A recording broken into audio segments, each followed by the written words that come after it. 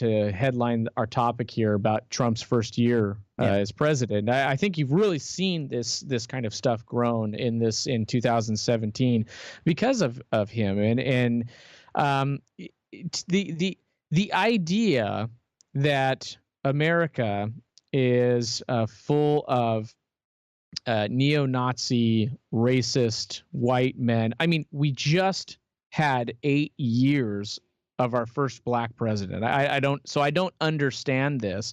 I think, you put, going back to Ben Shapiro, to give Ben Shapiro credit where credit is due, because I do really like listening to Ben Shapiro. I think he's got a fairly balanced view on this stuff, because he is very much for he does his good Trump, bad Trump on his segments, and Which he one very will much we sort of get today? Yeah, exactly. And so hey, credit where credit is due when Trump does something good, and let's call him out when he does something wrong. And so, but the tax cut was a good thing.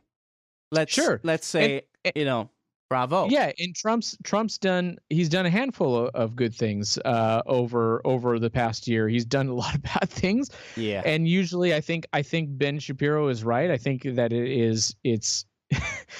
it's his rhetoric that gets him in trouble. So Twitter when you're going on, and it's like I heard Shapiro say one time, if he would just get off Twitter, he's a very unpopular president.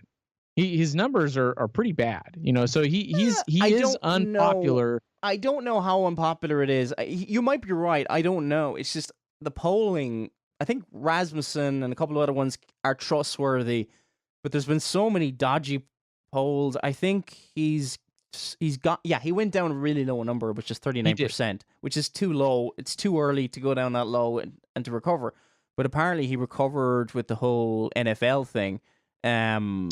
Well, and see, here's the thing: when I guess when you're pandering to your base, you might be. See, the thing is, your base is your base, and that's always going to be always going to be your base. But the thing is when you see spikes in his approval ratings when he's just dealing with policy, when he's issuing policy, and he's the past 4 weeks of this past 4 weeks have been great for him in regards to policy. He's done some great things. If he would just shut up and let the Democrats self-implode. If he would stop getting in fights with LeVar Ball on Twitter, I mean, we can kind of, because that's the kind of stuff where people go, okay, just stop. And so I think that I think Ben gives a very good.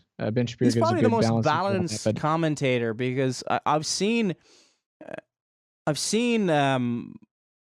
had my criticisms of Trump, but I just said, okay, he's gonna get in, and if he gets in, give him the benefit of the doubt and hope he does well. Like you should hope for any national leader, even if it's a liberal, get in there. Yeah. Hopefully, whatever. Pray for the man's soul, things like that.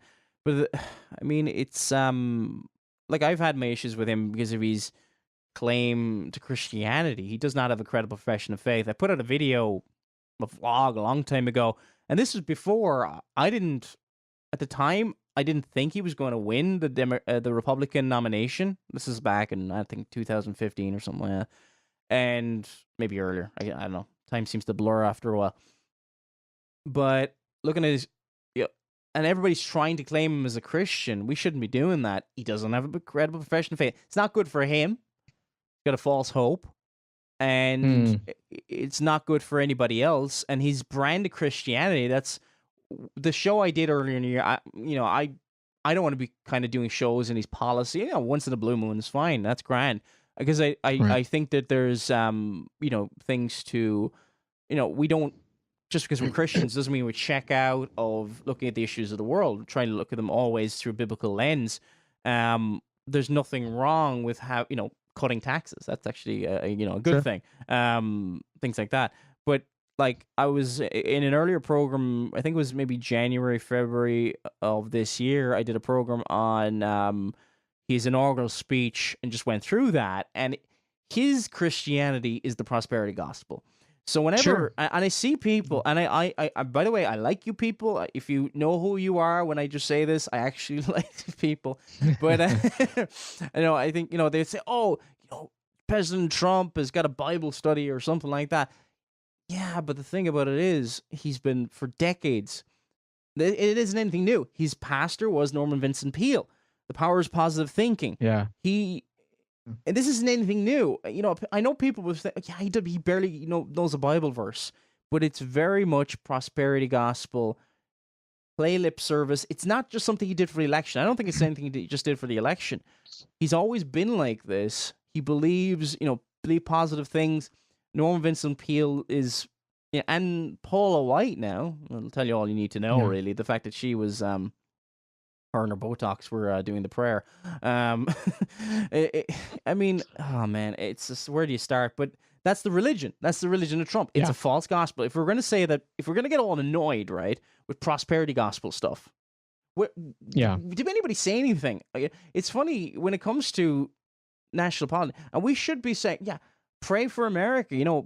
Pray for the blessing, pray that pray for the military, pray for all that kind of stuff. I hate the anti-American sentiment that goes around the world. See, it's here in Ireland too. I hate that kind of stuff. But the rejection of that does not say we need to kind of go, yay, everything that Trump does, he's claimed to believe the Bible. We shouldn't believe George W. Bush's son didn't have a credible profession of faith either. I know a lot of people, a lot of Christians years ago, pastors, etc., would go, they really wanted to believe he was a Christian. Just basically, he said, I'm a Christian. That's it. And these people would have been Orthodox and everything else. They weren't liberals or anything like that, but they loved America so much. They wanted to have that claim to Christianity. But unfortunately, we got to be a bit more discerning than that.